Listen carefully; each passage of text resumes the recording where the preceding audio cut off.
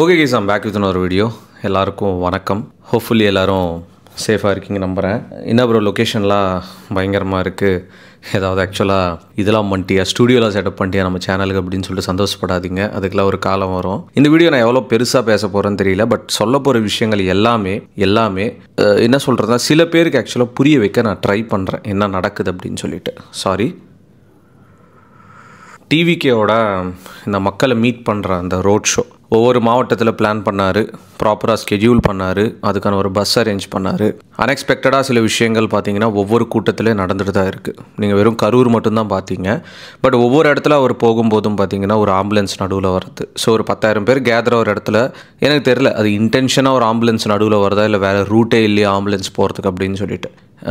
இப்போது என்டிஏவாக இருக்கட்டும், கோர்ட்டில் இருக்கிற ஜட்ஜஸாக இருக்கட்டும், எல்லாருமே எழுப்புற ஒரே ஒரு கேள்வி என்ன அப்படின்னா, 27,000 பேர் வந்திருக்காங்க ஒரு கூட்டத்தில். ஸோ அப்படி ஒரு கூட்டத்துக்கு இத்தனை பேர் வரப்போ அங்கே இருக்கிற லா அண்ட் ஆர்டர், ஸோ அந்த கரூர் டிஸ்ட்ரிக்டில் இருக்கிற இன்டர்போலாக இருக்கட்டும், இத்தனை மக்கள் 10,000 பேருன்றத பெர்மிஷன் வாங்கியிருக்காங்க, 27,000 பேர் 30,000 பேர் வராங்க அப்படின்னா அதுக்கான பாதுகாப்பு ஏன் கொடுக்க முடியவில்லை? ஸோ தட்ஸ் கம்ப்ளீட் ஃபெயிலியராக பார்த்தீங்கன்னா ஜட்ஜ் சைட்லேருந்து பார்த்தீங்கன்னா கொஷினாக கேட்டிருக்காங்க. ஸோ இப்போ என்டிஏலையும் அதே கொஷின் தான் கேட்குறாங்க. 30,000 பேர் வராங்கன்னா இங்கே இருக்கிற இன்டர்போல் என்னாச்சு, சொல்லுங்க ஏன் அதுக்கு சேஃப்டிக்கான மெஷர்ஸ் எடுக்கல அப்படின்னு சொல்லிட்டு. இப்போ இன்னொரு விஷயம் என்னென்னா, இந்த அலிகேஷன்ஸ் தளபதி அவர்கள் பார்த்தீங்கன்னா வெளியே வரவே இல்லை, இன்னும் மக்களை பார்க்கவே இல்லை. எனக்கு புரியாத ஒரு விஷயம் என்னென்னா, அந்த கட்சியில் இப்போ என்ன நடக்குது அப்படின்னு சொல்லிட்டு எனக்கும் தெரியாது, உங்களுக்கும் தெரியாது. அவர் ஏன் போய் பார்க்கல அப்படின்றதும் எனக்கும் தெரியாது, உங்களுக்கும் தெரியாது, இன்க்ளூடிங் ப்ரெஸ்ஸுக்கும் அந்த ஒரு விஷயம் தெரியாது. ஏன்னா எதுவுமே இன்னும் வெளியே சொல்லலை.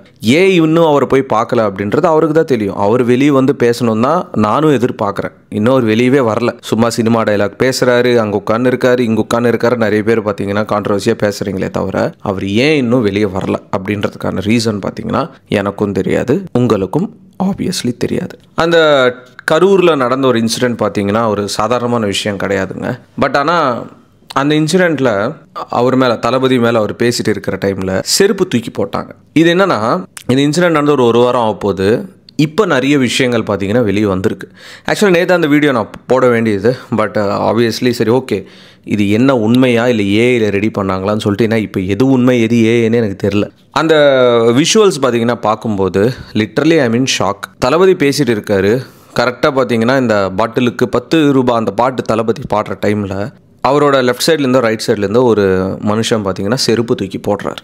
நீங்கள் நான் பேசிகிட்டே இருக்கும்போது அந்த விஷுவல்ஸ் கூட நீங்கள் பார்த்துட்டு தான் இருப்பீங்க. This is I am literally in shock. So அந்த ஒரு சைட்லேருந்து செருப்பு தூக்கி வீசப்பட்டது, இன்னொரு சைட்லேருந்தும் பார்த்தீங்கன்னா செருப்பு வந்திருக்கு. இப்போ நான் என்ன கேட்குறேன்னா, அவ்வளோ பெரிய க்ரௌடில் தளபதி பார்க்க அவரை ரசிக்கிற கூட்டம் அங்கே வரப்போ அவர் மேலே செருப்பு தூக்கி போடுறவங்க தளபதி பிடிச்சவங்களா? இதுதான் என்னோட கொஷின். சரி, ஏதோ ஒரு மனுஷன் வேற கட்சிக்காரர் இருக்காருப்பா, அவர் ஏதோ பொறுக்காம ஒரு செருப்பு தூக்கி போட்டார் அப்படின்னு கூட வச்சுங்க. இதுக்கும் நீங்கள் வைக்கிற கிளைம்ஸ்க்கும் என்ன ப்ரோ சம்மந்தம் இருக்குது அப்படின்னு கேட்பீங்க. ஒரு செருப்பு மட்டும் இல்லைங்க, கிட்டத்தட்ட ஒரு 4-5 வாட்டி பார்த்தீங்கன்னா இது நடந்திருக்கு. இப்போ தான் பார்த்தீங்கன்னா இந்த கேமரா ஆங்கிள்ஸ்லாம் ரவுண்ட் பண்ணி நிறைய கொஷின்ஸ்லாம் பார்த்தீங்கன்னா இப்போ ரைஸ் பண்ணுறாங்க. அது யார் பண்ணது, அந்த மனுஷனை பிடிக்கணும். ஏன்னா அவனை பிடிச்சாதான் இது என்ன நடந்தது அப்படின்றதுக்கான கிளியரான ஒரு விஷயம் தெரியும். இந்த கரூர் ட்ராஜடியில் நிறைய பேர் பாதிக்கப்பட்டாங்க. அது சம்மந்தப்பட்டவங்களை போய் இன்டர்வியூ எடுக்கும்போது அவங்க சொன்ன சில விஷயங்கள்லாம் பார்த்தீங்கன்னா இதை விட ஷாக்கிங்காக இருந்தது. என்ன அப்படின்னா, கத்தி வச்சுருந்தாங்க அப்படின்னு சொல்லிட்டு. பட் இது ஃபால்ஸான அலிகேஷன்ஸாக தான் பார்த்தீங்கன்னா போலீஸ்லாம் சொல்கிறாங்க. ஃபால்ஸான அலிகேஷன்ஸ் பரப்புறவங்க நாங்கள் ஜெயிலில் போடுன்ற லெவலுக்கு பார்த்தீங்கன்னா போயிட்டாங்க. பட் அந்த இடத்துல பார்த்தீங்கன்னா சம்மந்தப்பட்ட சில லேடிஸ், சில சிஸ்டர்ஸ் பார்த்தீங்கன்னா அவங்களே பார்த்தீங்கன்னா சொன்னாங்க, இந்த மாதிரி நிறைய பேர் புஷ் பண்ணாங்க. ஸோ இந்த இடத்துல டிவிகேவோட ஃபெயிலியர் இருக்கா அப்படின்னு கேட்டிங்கன்னா, ஆப்வியஸ்லி டிவிகேல தளபதி வரார் அப்படின்னும் போது முன்னாடிக்கான ப்ரிகாஷன்ஸ் எடுத்திருப்பாங்க, அது நான் இல்லைன்னு சொல்லவே இல்லை. ஆனால் 10,000 பேர் தான் வருவாங்க, அதுக்கு மேலே வரமாட்டாங்க அப்படின்னு சொல்லிட்டு அவங்களும் நினச்சிருக்கக்கூடாது. கண்டிப்பாக அவங்களும் ப்ரையராக யோசிச்சிருக்கணும். ரெண்டாவது, இந்த ஒரு கட்சிக்கான இருக்கிற அந்த நிர்வாகிகள், அந்த ஏரியாவில் இருக்கிற நிர்வாகிகள், சரி ஓகே நமக்கு இங்கே லோக்கல் சப்போர்ட் கிடைக்காதுன்னு அவங்களுக்கு தெரிஞ்சிடும், இங்கே இருக்கிற ஆட்சியிலே இதை பண்ண மாட்டாங்கன்னு தெரிஞ்சிச்சு, நம்ம போய் சேஃப்டியான மெஷர்ஸ் பார்ப்போமே அப்படின்னு சொல்லிட்டு ஒரு படி மேலே வந்து பண்ணியிருந்தாங்க அப்படின்னாலும் இந்த ஒரு விஷயத்தை பார்த்தீங்கன்னா தவிர்த்துருக்கலாம். நான் முந்தா ஒரு வீடியோ போட்டிருப்பேன், கரூர் போனேன் அப்படின்னு சொல்லிட்டு. நான் அங்கே என்ன தான் நிலவரம் அப்படின்னு பார்க்க தான் நான் போனேன்.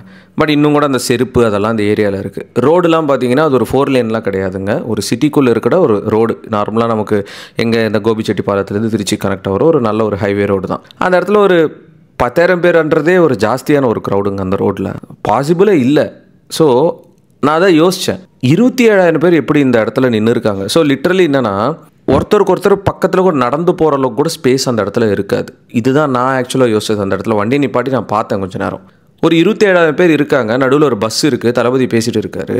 அந்த ஒரு என்னென்னா இப்போ நம்ம ட்ரெயின்லலாம் நம்ம போவோம் வேலைக்கு, சென்னை சைட்லாம் இந்த சபர்பன் ட்ரெயின்ஸில் மூச்சு விடுறது கூட இடம் இருக்காது. அப்படியே ஃபுல்லாக சாத்துக்குடி ஜூஸ் மாதிரி புழிஞ்சிட்டு தான் மக்களே நிற்பாங்க. அங்கே நிலவரமே அப்படி தான் இருந்திருக்கு தளபதி போனப்போ.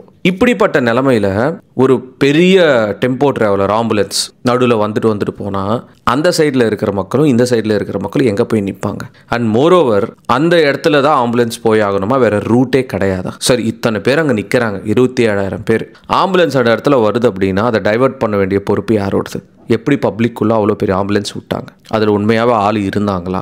அது எமர்ஜென்சியா? யாருக்குமே தெரியாது. இப்போ இந்த இடத்துல தளபதி தப்பே பண்ணலையா ப்ரோ, அவருக்கு நீ என்ன ப்ரோ இப்படி முட்டு கொடுக்குற? நான் இங்கே யாருக்குமே முட்டு கொடுத்துலாம் நான் பேசலாங்க. அங்கே நடந்த விஷயத்த ஆன்லைனில் இப்போ நான் பார்த்த விஷயங்கள் வச்சு தான் இந்த வீடியோன்றதை நான் மெயினாக நான் பண்ணுறேன். நானும் அந்த இடத்துல போய் பார்த்துட்டு வந்தேன். இப்போ நான் அவ்வளோ குறுகலான ரோட்டில் 27,000 பேருன்றது சாத்தியமே இல்லாத ஒரு விஷயம். ஃபர்ஸ்ட் ஆஃப் ஆல் கவர்மெண்ட் அங்கே பெர்மிஷனே கொடுத்துருக்க கூடாது.